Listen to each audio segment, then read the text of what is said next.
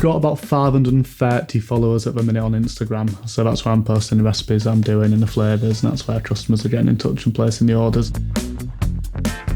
It's just easier, isn't it? It's all just there to see when you open it up, do you know what I mean? It's not quite as faffy, it's quite simplified. First thing I did was when the Black Lives Matter movement was in full swing in the first lockdown, I did some truffles to raise money for that. I put up my story expecting my friends to maybe buy them, but as people were buying them and sharing them to their stories and more people were seeing it, do you know what I mean? It just kind of spiralled out of control from there, really. I ended up taking about 75 orders in a week and raised about 300 quid. Just opened my eyes to the fact that it could be a potential business venture. I don't really have a sweet tooth. I've always been like a savoury cook. I've never been into baking or anything like that, but I just developed an interest for it on a sort of hobbyist level, and then I was just sort of putting it on Instagram as I was doing it, and people were just messaging me like, how much of these sort of thing. I was like, I wasn't planning on selling them, but it just went from there.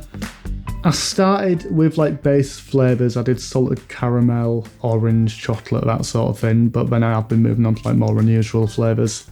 So I've done like miso caramel, which is like fermented soybean paste. It's like a savoury sort of flavour with a bit of a salty kick, like a Japanese flavour. I've been developing a selection box recently, which is like based on different alcoholic cocktails. So I've done a dark and stormy, which was like dark rum and ginger, doing old fashioned. So it's just experimenting really and developing flavours. Usually when I do a batch, I'll make about 100 at a time, and sometimes I'm doing that about 3 times a week. Overall, I've probably sold them to like 50 to 100 people. So I have been making quite a bit from it, to be honest. Having an internet connection through KCOM has made all of this possible. From the beginning, research, recipe development, things like that, to actually using social media as a platform to sell my product. Because a lot of the time I'm selling them to people I know and friends as well. When I am out delivering them, it's just getting out the house and seeing people, isn't it, when you've been stuck in for so long? So I think it's a social thing as well to an extent. Definitely I'm excited to sort of push it and see where I can take it.